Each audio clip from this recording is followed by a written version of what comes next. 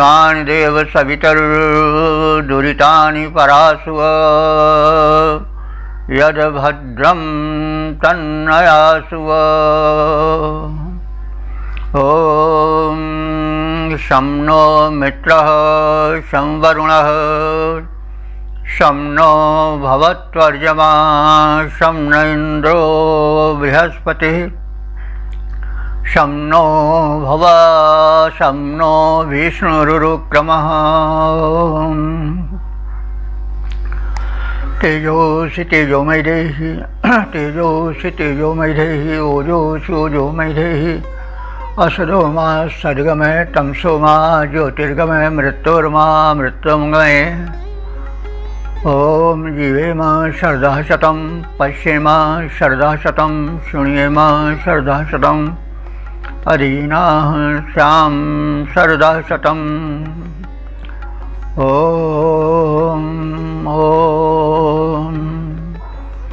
वेद प्रेमियों, सुधी श्रोताओं, परम सौभाग्य का विषय है कि हम सब साक्षात परब्रह्म की वाणी ऋग्वेद के प्रथम मंडल के 82वें सूक्त की व्याख्या में प्रवेश करने जा रहे हैं। इस सूक्त के मंत्रद्रष्टा ऋषि हैं गौतम राहुगण और प्रयुक्त छंद है पंक्ति और जगति। इस सूक्त में कुल 6 मंत्र हैं, जिसमें प्रथम 5 मंत्र पंक्ति छंद में निबद्ध हैं और छठा मंत्र जगति छंद में लिखा गया है। इस मंत्र के देवता हैं इंद्र और इसका शीर्षक है कि इंद्र भगवान पूर्वोक्त कृपा भाव बनाए रखें। इंद्र के विषय में हम सब जान चुके हैं।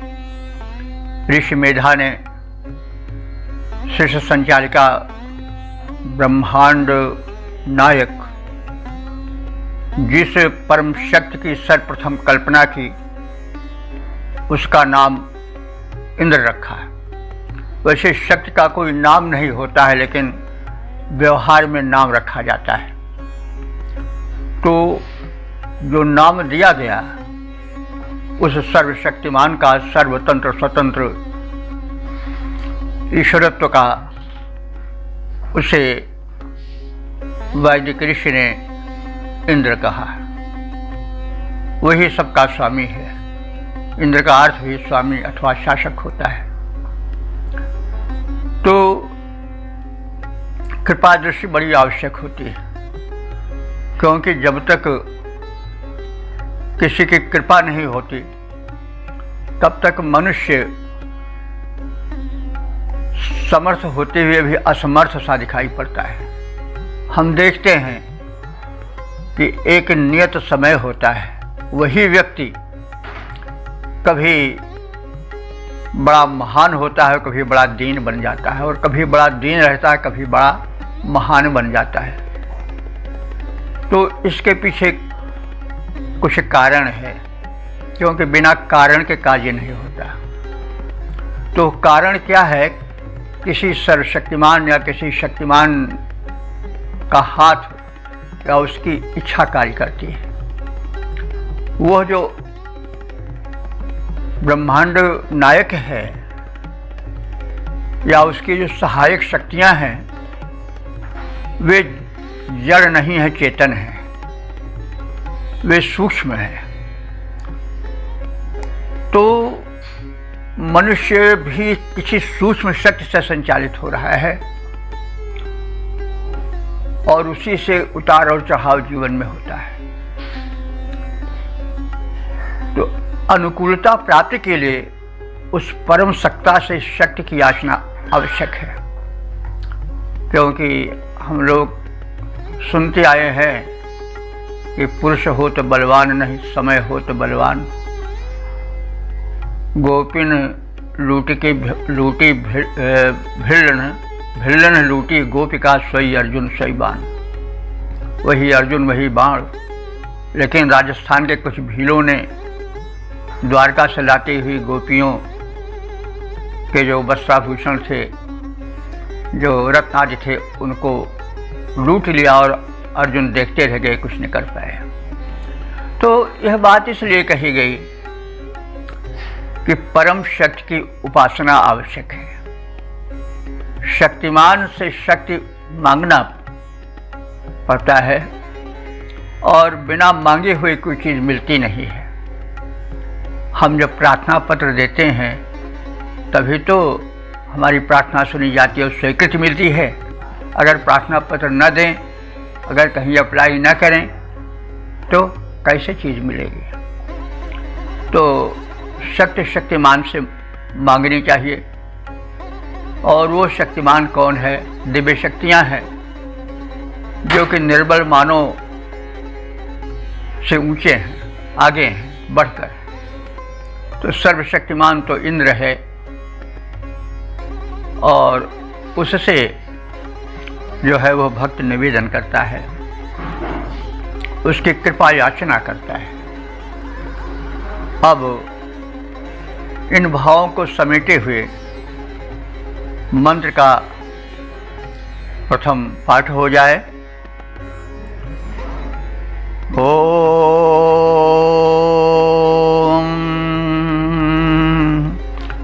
उपोषु शृणुः ओम उपोषु शृणुहि गिरो मघवन्मा तथा इव यदा नः सुनृतावतः कर आदर्थयास इद्योजान्विन्द्र ते हरि। अब संबंधित मंत्र के शब्दार्थ से परिचय प्राप्त करें। मघवन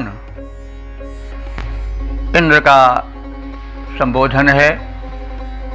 मघ कहते हैं ऐश्वर्य को और मघवन कहते हैं ऐश्वर्यवान। इंद्र का विशेषण है कि हे इंद्र तुम ऐश्वर्यवान हो, धन धान्य से संपूर्ण हो, परिपूर्ण हो। ऐसे तुम उपो सुशृणुहि, उप माने समीप और शृणुहि माने सुनो। तुम हमारी प्रार्थनाएं निकट से सुनो।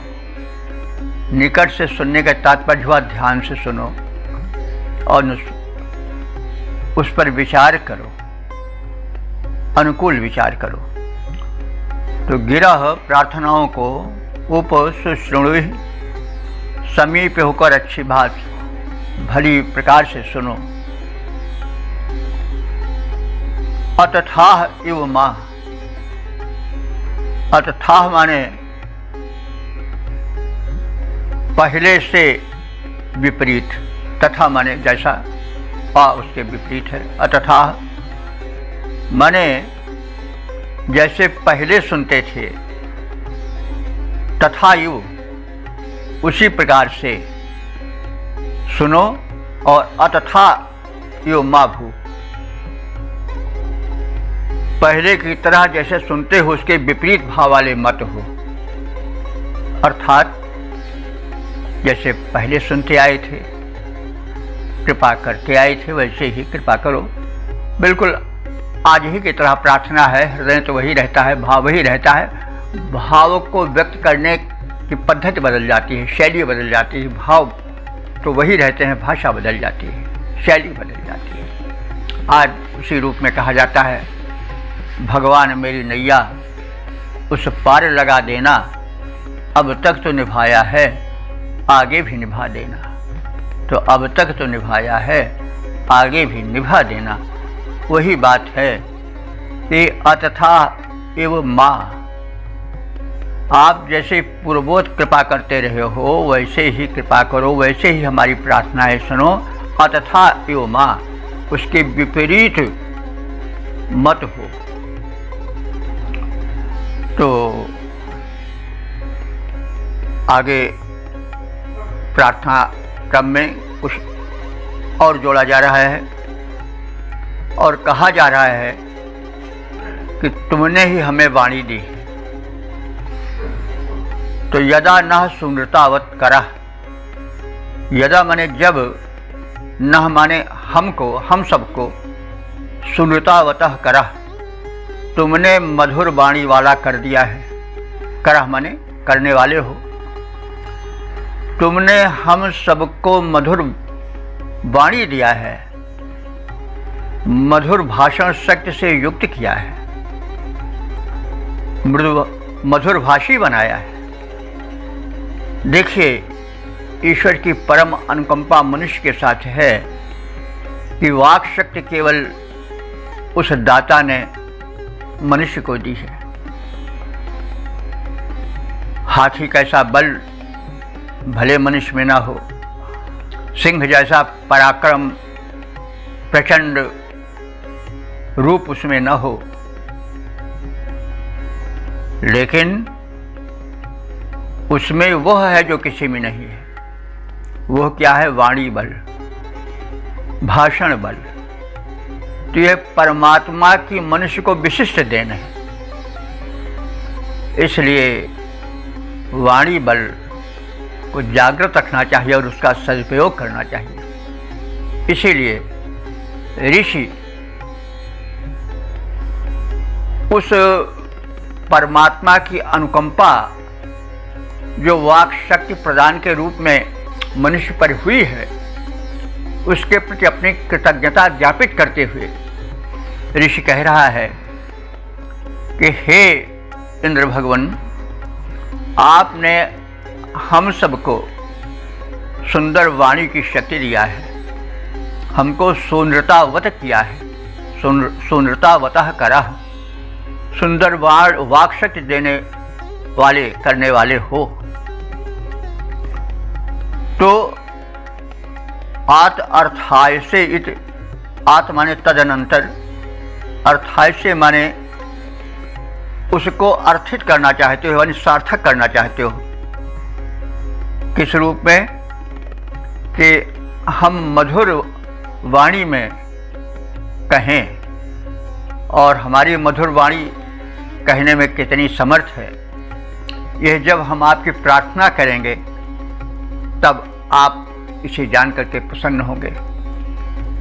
तो कोई गुरु अपने शिष्य को कोई शिक्षा देता है, पिता या शुभचिंतक अपने पुत्र को या किसी व्यक्ति को कुछ अनुकंपावश देता है, तो वो यह चाहता है कि उसका प्रयोग कैसे हो रहा है। तो जब वो उसके सत्प्रयोग को देखता है तो प्रसन्न होता है। यही बात कुछ यहाँ पर की जा रही है कि हे भगवान, आपने हमको वाणी बल दिया है, वाक शक्ति दिया है। तो अब इसकी सार्थकता को जानने के लिए, अर्थाय से सार्थकता को जानना तुम चाहते हो, और जानने के लिए हमारे यज्ञ स्थल पर आओ। और हे इंद्र, एतदर्थ हरि योजय, हरि कहते हैं दो घोड़े को, हरि का द्विवचन है हरि। अपने उन दोनों घोड़ों को जो हरि नाम वाले हैं, हरि का कई बार अर्थ कहा जा चुका है, हरति पंथानम इति हरि, जो इस तीव्र गति से भागे कि मानो रास्तों को हरण कर ले रहा है, अपने में छीने ले रहा है, व्याप्त कर ले रहा है, वो हरि है। अश्व की बड़ी तीव्र गति होती है और आज भी शक्ति को नापने के लिए जो है वो हॉर्स पावर का ही प्रयोग किया जाता है। वो शेर पावर, सिंह पावर, लायन पावर या एलिफेंट पावर, गज पावर के रूप में नहीं, क्योंकि अश्व में तीव्रता होती है, शक्ति होती है। तो इसलिए इंद्र से प्रार्थना की जा रही है कि आप शीघ्र आओ और जो अनुदान आपने वाणी का दिया है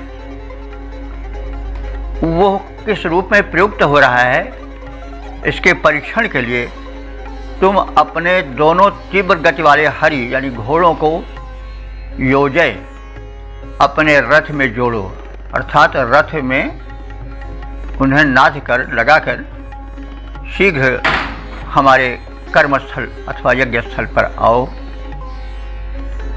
ऐसी आपसे प्रार्थना है। तो इसमें यानी इस मंत्र में भगवान इंद्र से, उस परम शक्तिमान से प्रार्थना की गई है कि वह अपने उपासकों की प्रार्थना सन्निकट होकर सुने और जैसे वह पहले कृपा करता आया है वैसे ही कृपा करता रहे।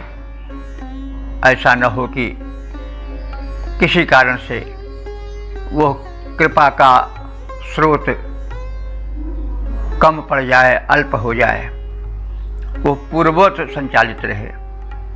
और इसके साथ ही उपासक ने, ऋषि ने अपना आभार प्रकट किया कि हे शक्तिमान, तुमने हम उपासकों को वाणी बल दिया है जो तुम्हारा विशिष्ट अनुदान है।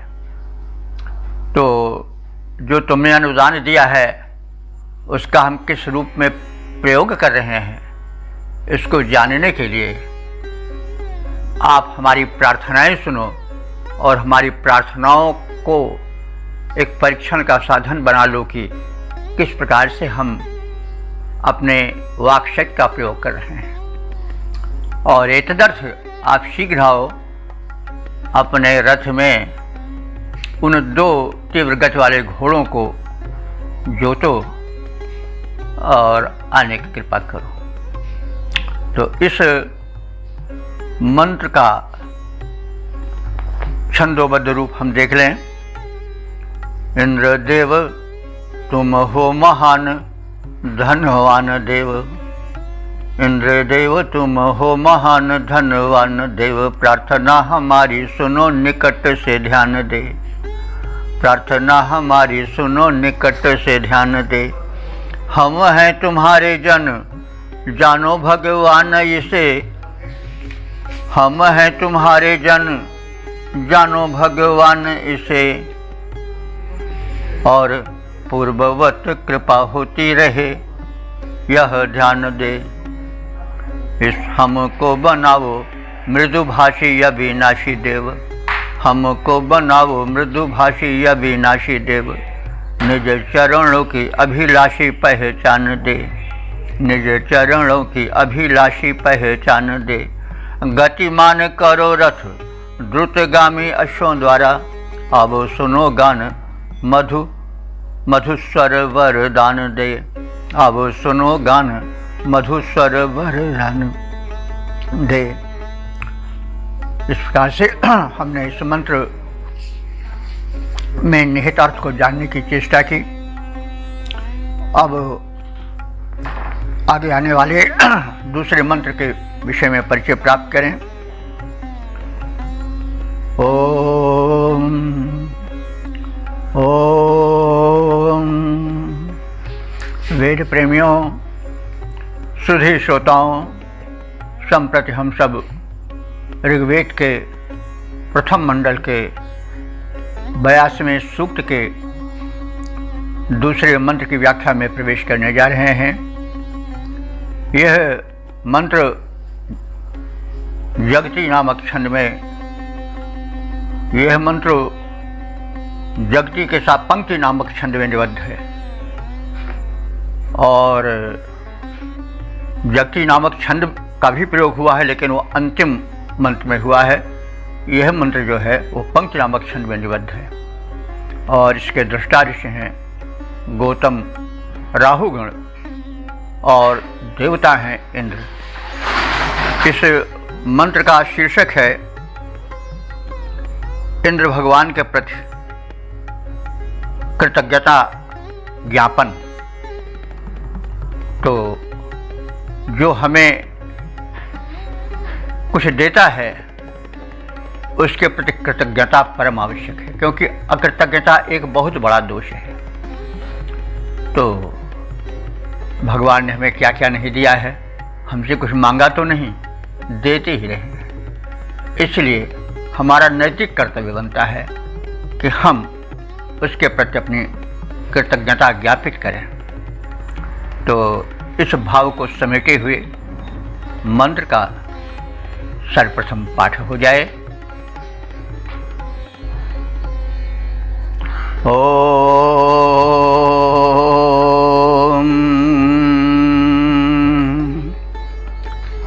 अक्षण्णमि मदन्त ह्यवप्रियाधूषत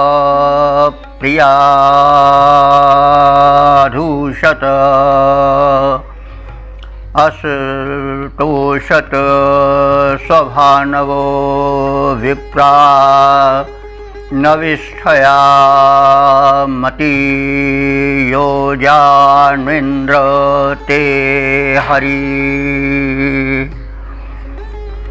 शब्दार्थ से परिचय प्राप्त करें। अपनी कृतज्ञता ज्ञापित करता हुआ ऋषि कह रहा है अथवा उपासक कह रहा है कि इंद्र, हे सर्वस्वामिन देवता इंद्र, स्वभानवाः। स्वभानवाः माने अपनी दीप्ति से दीप्त। तो भानु शब्द का बहुवचन है भानवा। संस्कृत में प्रत्येक शब्द अपना अर्थ लिए होता है, कोई शब्द निरर्थक नहीं होता, उससे एक व्युत्पत्ति होती है। तो भा से भानु बना है। भा कहते हैं प्रकाश को, दीप्ति को, तेज को। तो भानु माने दीप्तिमान, तेजवान, और भानवा उसी का बहुवचन है। तो यह विशेषण यहाँ आया है विप्राह का। स्वभानवा विप्राह। विप्र इसे कहते हैं विशेष रूपेण प्रजानाति इति विप्रा, जो विश्व के रहस्य को विशेष रूप से जान पहचान सके, अर्थात जो प्रज्ञावान है, परम ज्ञानवान है, वह विप्र है। तो परम ज्ञानवान लोगों ने, ऋषियों महर्षियों ने, मनीषियों ने स्वभानवा अपने दीप्त से दीप्तिमान होकर के, यानी अपने त्याग तप ज्ञान के बल से प्रदीप्त होकर के अक्षण, अक्षण माने भुक्तवंतः, आहार लिया है, भक्षण किया है। क्या?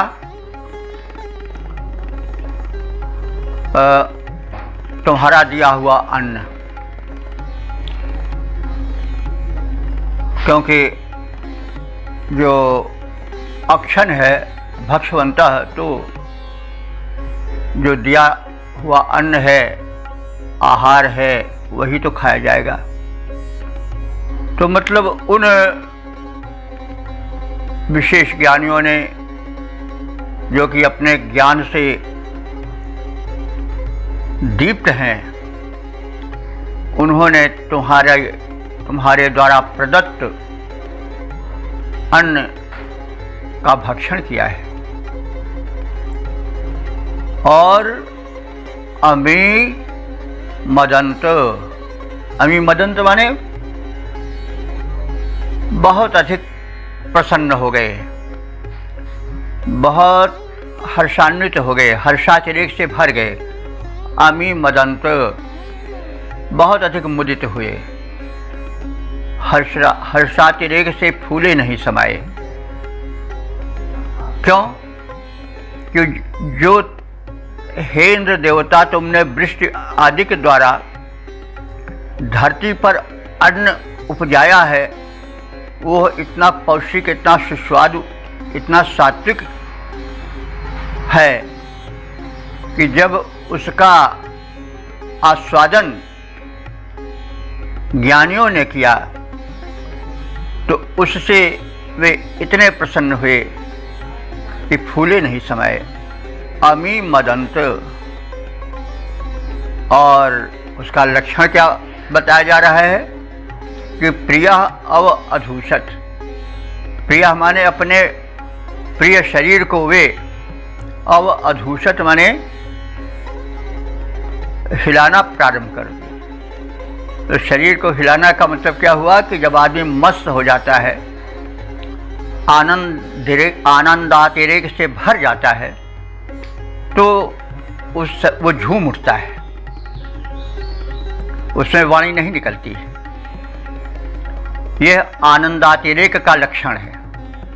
जब कोई मस्त हो जाता है किसी चीज से तो झूम उठता है, वो उसमें वाणी अवरुद्ध हो जाती है। वही बात यहाँ बताई जा रही है कि हे भगवान, हे इंद्र देवता, आपने वृष्टि आदि के माध्यम से इस धरातल पर जिस पुष्ट और सुस्वाद अन्न फल फूल आदि की उत्पत्ति की है, उसका उपभोग जब ज्ञानी जनों ने किया तो वे आनंद से भर उठे और उस आनंद में वो झूम उठे। तो अमी मदंत ही, और प्रिया अव अधूषत, अपने प्रिय शरीर को हिलाने लगे, यानी झूम उठे।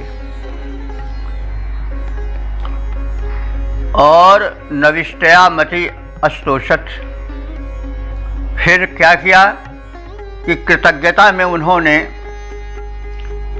नविष्ठया माने नवीन, मति माने बुद्धि और भाव से युक्त प्रशंसा भरे स्तोत्रों को अस्तोषत माने गायन किया। तो तुम्हारे उस प्रदत्त अन्न फल फूल आदि के भक्षण से कृतज्ञ हुए और अत्यधिक प्रसन्न हुए ज्ञानी गणों ने अपनी प्रसन्नता से अपने शरीर को हिलाए, यानी वो झूम उठे और फलस्वरूप, कृतज्ञता स्वरूप तुम्हारी स्तुति में नवीन मंत्रों की संरचना करने लगे, स्तोत्र तैयार कर लिए। अब हे इंद्र के हरि, तुम अपने दोनों तीव्र गतिशाली घोड़ों को रथ में जोतो। किस लिए? जिस स्थल पर आपके कृतज्ञ भक्त झूम कर आपकी स्तुति में स्तोत्र सुना रहे हैं, तो उसे सुनने के लिए आप अपने शीघ्रगामी अश्वों के माध्यम से उस कर्म भूमि पर, उस स्तुति भूमि पर अवश्य पहुँचो। तो इसका यह अर्थ हुआ कि हे इंद्रदेव, तुमने जो अन्न वृष्टि आदि के माध्यम से प्रदान किया है, वो इतना सुस्वादु, इतना पौष्टिक, इतना सात्विक है कि उसका भक्षण करके जो ब्रह्मज्ञानी हैं वे लोग झूम उठे और अपने शरीर का संचालन, सिराज का संचालन करने लगे झूम करके। तो और प्रसन्न होकर के उन्होंने अभिनव स्तोत्रों द्वारा तुम्हारी प्रशस्ति का गान प्रारंभ कर दिया। तो हे देवप्रवर, आपसे अनुरोध है कि आप उस स्थल पर अवश्य पहुंचो जहाँ की तुम्हारे अनुदानों से कृतज्ञ हुए भक्त रीझ करके, मस्त होकर के, झूम करके तुम्हारा गुणगान कर रहे हैं।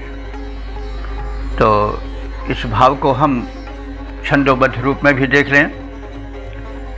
कर के सुवृष्टिदान इंद्र भगवान तूने, कर के सुवृष्टिदान इंद्र भगवान तूने, कृषकों के खेत में सदन्न उपजाया है, अन्न से सुतृप्त हुआ ज्ञानी यजमान वृंद, अन्न से सुतृप्त हुआ, अन्न से सुतृप्त हुआ ज्ञानी यजमान वृंद, हर्ष में विभोर शीश अपना हिलाया है, हर्ष में विभोर शीश अपना हिलाया है, अत्यधिक तुष्ट पुष्ट अन्न प्राप्त ज्ञानियों ने अभिनव मंत्रों द्वारा गुण गान गाया है, गतिमान रथ करो द्रुतगामी अश्वों द्वारा, गतिमान रथ करो द्रुतगामी अश्वों द्वारा, यज्ञ में हमारे आओ हमने बुलाया है, यज्ञ में हमारे आओ हमने बुलाया है। ओम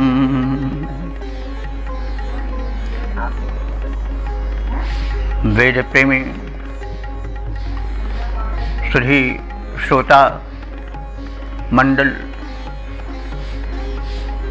परम सौभाग्य का विषय है कि हम सब ऋग्वेद के प्रथम मंडल के 82वें सूक्त के तीसरे मंत्र की व्याख्या में प्रवेश करने जा रहे हैं।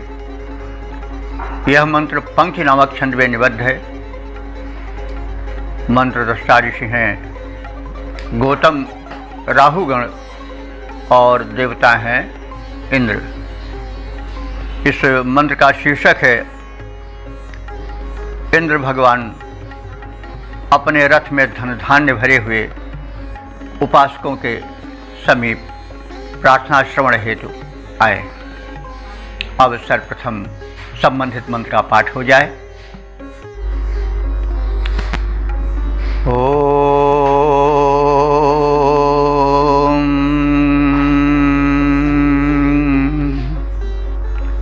सुसंदृशं त्वा वयं मघवन् वन्दिषीमहि, प्रनूनं पूर्णबन्धुरः स्तुतो याहि वशाम् अनुयोजान्विन्द्र ते हरि। तो इंद्र भगवान प्रार्थना सुने और प्रार्थित होकर भक्तों को मनोवांछित दें। एतदर्थ प्रार्थना है और ऋषि कह रहा है, उपासक निवेदन कर रहा है कि मघवन, मघ कहते हैं ऐश्वर्य को और मघवन माने ऐश्वर्यशाली। यह संबोधन है विशेषण रूप इंद्र का। तो इंद्र परमात्मा है यहाँ पर, और जैसा निवेदन किया गया है इंद्र वह देवता नहीं है जो सीरियल में दिखाया जाता है या जो लोक में प्रचलित है। यह इंद्र परम ऐश्वर्यशाली है, उसी का ऐश्वर्य तो बिखरा हुआ है सर्वत्र। वही तो भिन्न भिन्न रूपों में सृष्टि में विद्यमान है, जिसे सब लोग धन्य हुए हैं। तो हे भगवान, हे ऐश्वर्य संपन्न परमदेव इंद्र, त्वा सुसंदृशम, त्वा माने तुझ, सुसंदृशम माने दया दृष्टि से सबको देखने वाले, संदृश सुसंदृशम मानी भली प्रकार से दया दृष्टि पूर्वक सबको देखने वाले। परमात्मा सबको दया दृष्टि पूर्वक ही देखता है, तभी तो सभी प्राणी सक्रिय हो पा रहे हैं, स्वकर्म में निरत हो रहे हैं। उससे दर्शन शक्ति पा करके, श्रवण शक्ति पा करके, प्राण शक्ति पा करके सक्रिय हो रहे हैं। तो उसी का अनुदान है कि सब धन्य हो रहे हैं। अन्यथा अगर मानववत दया, जैसे मनुष्य होता है जो देता है उसको वसूल लेता है, बिजली का बिल आता है, हर तरह से टैक्सेस लगते हैं, तो अगर भगवान बिजली यानी प्रकाश जो दे रहे हैं उसका बिल भेज दें तब तो उद्धार ही नहीं हो पाएगा। ऑक्सीजन, पवन मुफ्त मिल रही है, अगर उसकी कीमत मांगी जाए तो कोई चुका पावेगा, असंभव है। जल कितना भर दिया है उस दाता ने, उस स्वामी इंद्र ने, कि सरसरिताएं सब भरी हुई हैं। धरती पर 3/4 भाग जल ही का है। तो अगर कीमत वसूल की जाए तो आज तो 20 रुपये 25 रुपये की एक बोतल मिलता है, तब तक उद्धार न हो पावे। तो इसको इस प्रसंग में कहा गया है कि हम कृतज्ञ बने, उससे मांगें, लेकिन उसकी सृष्टि में हम उसके कृतज्ञ होकर रहें, अहमता से न भरें और एकाधिकार न जताएं कि ये सब हमारा है, हमारा है, हमारा है। वेद इसकी शिक्षा बार बार देता है। वेद में बड़े दिव्य भाव भरे हैं। ज्यों ज्यों भीगे श्याम रंग त्यों त्यों उज्जवल हुए। इसमें जितना ही व्यक्ति डूबेगा उतना ही आनंद और उतना ही वह शुभ संदेश पावेगा, उतना ही प्रकाश पावेगा। तो कहने का मतलब है कि श्रोता को, भक्त को, पाठक को ऋषि ने पहले ही बता दिया कि वह जो इंद्र है, सबका स्वामी है, नियंता है, वह मघवन है, समस्त ऐश्वर्यों से परिपूर्ण है। और कैसा है? सुसंदृशम, सब पर दया दृष्टि रखने वाला है।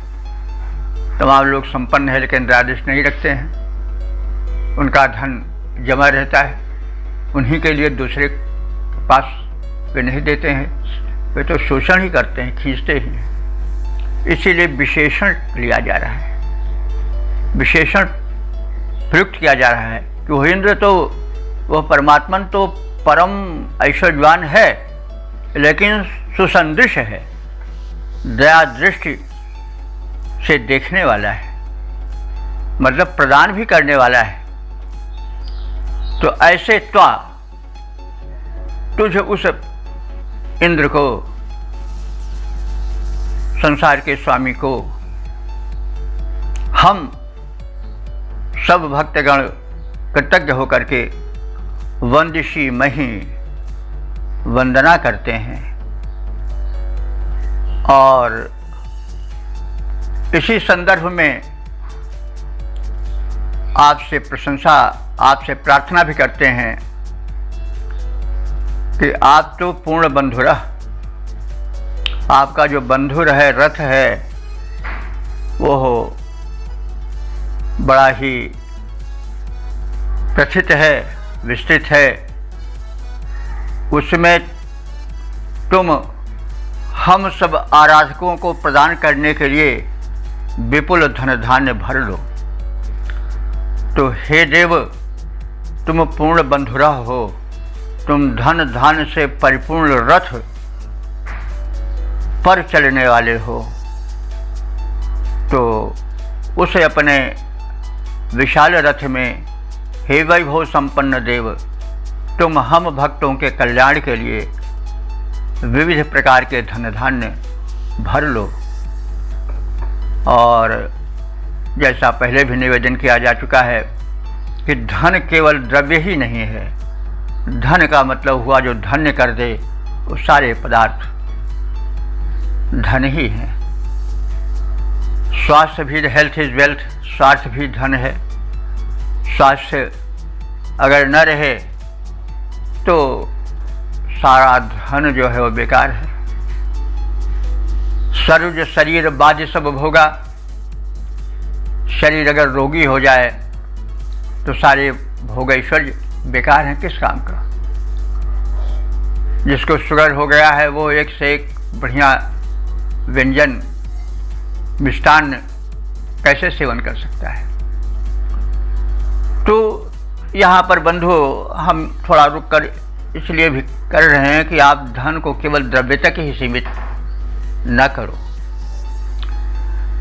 जैसा बताया जाता रहा है कि धन की एक नहीं अनेक कोटियां हैं, जो धन्य कर दे वह धन है। तो हे दानी देव, हे ऐश्वर्य संपन्न देव, तुम सब पर समदृष्टि रखने वाले हो और सबके कल्याण करने वाले हो, सबको समता की दृष्टि से देखने वाले हो। आपसे प्रार्थना है कि आप अपने विशाल रथ में विविध प्रकार के धन धान्य को भरकर हमारे पास आओ। एतदर्थ तुम अस्तुतः प्रशंसित हो करके अपने भक्तों द्वारा वशान अनुप्रयास, वशान माने अपने वश में हुए भक्तों को, यानी जो आपके कृपा के पात्र हैं और आपके वश में आपके कथनानुसार आचरण करने वाले हैं, ऐसे उपासकों के पास अनुप्रयास समीप आओ।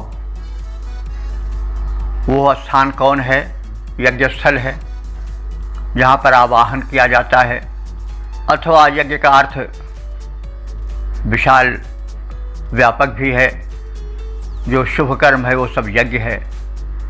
हम सब जो कह रहे हैं या सुन रहे हैं, समझ रहे हैं, वो सब यज्ञ ही है, क्योंकि यज्ञ वही शुभतमम कर्म। जितने लोकोपकारी या शुभ कर्म हैं जो धन्य कर देने वाले हैं, वे सब यज्ञ ही हैं। तो शुभ कर्म में विघ्न भी पड़ते हैं, इसलिए उस विघ्नहर्ता परमेश्वर को बुलाना परम आवश्यक है। और धन धान्य लेकर वो भावे हमें प्रदान करे, हमें आर्थिक रूप से संपन्न करे। साथ ही साथ जो और धन तरह तरह के बताए गए हैं, सद्बुद्धि धन, आचरण धन, स्वास्थ्य धन, वो सब लेकर के आवे ताकि हम सब धन्य हो जाएं। तो हे इंद्र, एतदर्थ हरि योजय, अपने 2 तीव्रगामी अश्वों को अपने रथ में संयोजित करो, जोड़ लो और शीघ्र हमारी कर्म भूमि पर, यज्ञ भूमि पर आओ और हमें धन धान्य से धन्य कर दो, परिपूर्ण कर दो।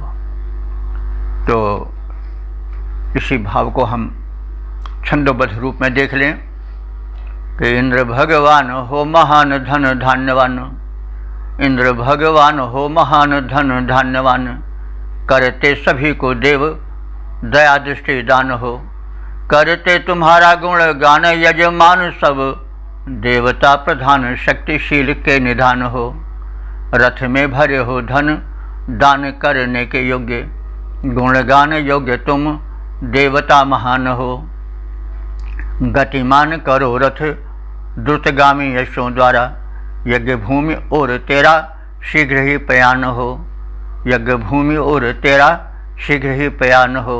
इंद्र भगवान हो महान धन धान्यवान, करते सभी को देव दया दृष्टि दान हो। करते तुम्हारा गुण गान यजमान, सब देवता प्रधान शक्तिशील के निधान हो। रथ में भरे हो धन दान करने के योग्य, गुणगान योग्य तुम देवता महान हो। गतिमान करो रथ द्रुतगामी यशों द्वारा, यज्ञ भूमि और तेरा शीघ्र ही प्रयाण हो। ओम